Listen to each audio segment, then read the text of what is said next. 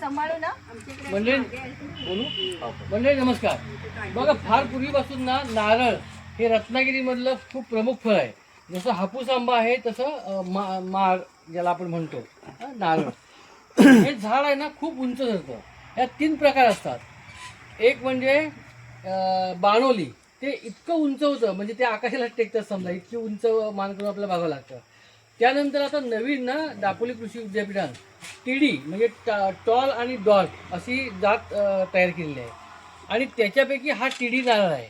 हा पण तसा लहान नाही आहे, पण बाणोलीपेक्षा मध्यम उंचीचा आहे. आता याच्यावरती चढायचं म्हणजे खूप दिव्य करायचं असायचं. म्हणजे काही माणसांचे ॲक्सिडेंट पण झालेले आहेत याच्यापूर्वी. तर त्यामुळे ना गेल्या 4-5 वर्षापासून हे मशीन आलेलं आहे, तयार केलेलं आहे. आणि ज्यांनी हे मशीन तयार केलं त्यांचे खास विशेष आभार. याचं कारण की ह्याच्यात सुरक्षितता पण आहे. किती वरती चढलो तरीसुद्धा आपल्याला प्रॉब्लेम नाही. आणि दुसरी गोष्ट म्हणजे ते सहज काढता येतं आणि वरती जाऊन जेवढे नारळ आपल्याला काढायचे ते आपण काढू शकतो. नारळ काढावे का लागतात? समजा आपण नारळ झाडाखाली बसलोय तर कदाचित तो डोक्यावर पडू शकतो आणि तशा प्रकारचे ॲक्सिडेंट पण होतात. तर या सगळ्यावरती हा उपाय अतिशय चांगला आहे. आता आपण बघूया, हे आहेत प्रवीण बितळे, कसे वरती नारळावरती चढतात त्याचा आपण प्रत्यक्ष बघूया. अक्षर मानवच्या सगळ्या सदस्यांना माझं अभिवादन. तुम्ही सगळेजण हे एवढं पाहताय, मला खूप चांगलं वाटलं आहे. मी तुम्हाला समजावून सांगू शकतो आहे आणि तुम्ही हे जिज्ञासेने बघताय. तर प्रवीण ही सुरुवात करतोय म्हणजे तो आता. म्हणजे तुमचे खूप आभार, ही संधी भेटली असेल. तिथे खाली मुंग्या असतील लाल.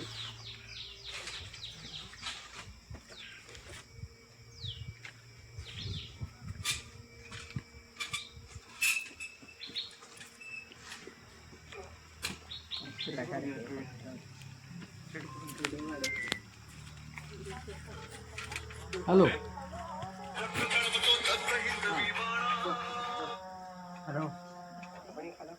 हां हां ते जे खायचे होते ते खायचे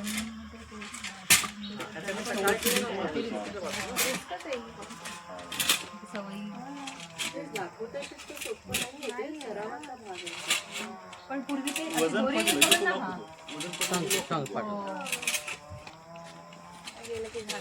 ज्यांनी बनवलं ते किती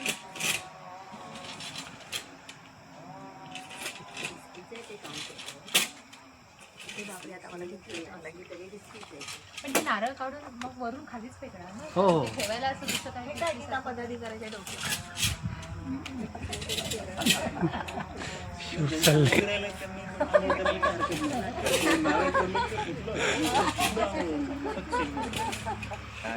ते नारळ पिण्यासाठी देणार असेल तर आम्ही कॅच करायला शहाळ म्हणतात त्याला, नारळ म्हणून त्याचा अपमान करू नये.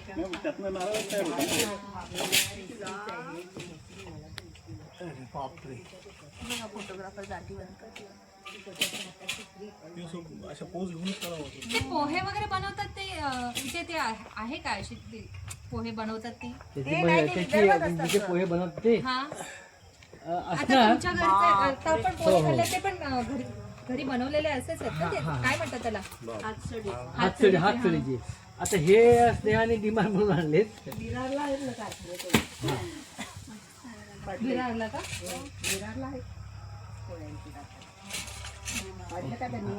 नाही नाही, काढणार आहे ना तो, खाली टाकणार आहे. चला सर, रोहिदास सर मागे या. नाही ते त्या साईडलाच टाकतील. आपलं नारळ फुटायचं. हो ना. आपलं नारळ नाही, आपण वरतीच जाणार. ते लोकल मधून कोणी फेकलं ना, ज्याने फेकलं ज्याला मिळालं त्याचं. गाडीवरती पडलं ते गाडीचं पूर्ण ते हे होऊन जातं, दबून जाते. नाही लोकल मधून नारळ हो.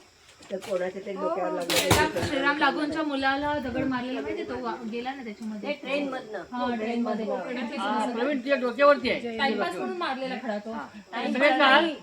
आणि वहिनीतलं बोल हे सगळं काढून खाली हो हो, लोकल मध्ये ना. चालेल. आणि आमच्या समोरच्या एका गुजराती बाईला इथे लागला. आंधळे व्हायचं प्रमाण वाढलं होतं. डोळा गेले मुद्दा असा खडा मारला तरी तो मुद्दाम मारतात. लागणार. ते म्हणतात ना विघ्न संतोषीपणा असतो. रेल्वेच्या त्या ट्रॅकवरती बसलेले असते ते. मोबाईल वगैरे आपला मोबाईल पडतो. पर्स पडेल. तेव्हा मोबाईल कुठे होता? नाही त्यावेळेस श्रीरामला ते जेवढं मोठं आहे त्यात मग जास्त सगळे हे काढणार असतं ते आता पाणी. वरती थोडे जायला थोडे पाण्याचे काय. वेगळे असतात आणि ह्याचे वेगळे असतात. प्रवीण आपला ऋग्वेद पाण्याचं असतं मोठं. आम्ही ते नेतोय हा. जरा 2-3 आणखी टिकल्या. काय नो हे नारळ त्याच्यामध्ये मलाही असते. आणखी तू पण हे काढ आम्हाला द्या. व्हिडिओ काढ पण हे भरून नाही घेऊन जाणार आपण. एवढ्याच नाही आता प्यायला गं पाणी प्यायला. हो ही It's good for us. आणि अक्षरमानाच्या आजीवन सदस्यांना काय आहे? सूट आहे. थोडं स्वस्तात देणार आहेत ते म्हणजे याचा अर्थ आहे फुकट नाही मिळणार आहे. खायला पाहिजे हा. नाही, आपण त्यांना द्यायचं आहे ना. सवलतीच्या दरात आता सध्या जीपेच करायला लागेल आमचे पैसे तिकडे आहेत. हा सवलतीच्या दरात. 30 गुंठे आणि त्याच्याकडे ती मशीन पण असते ना ते कापायचं नारळ.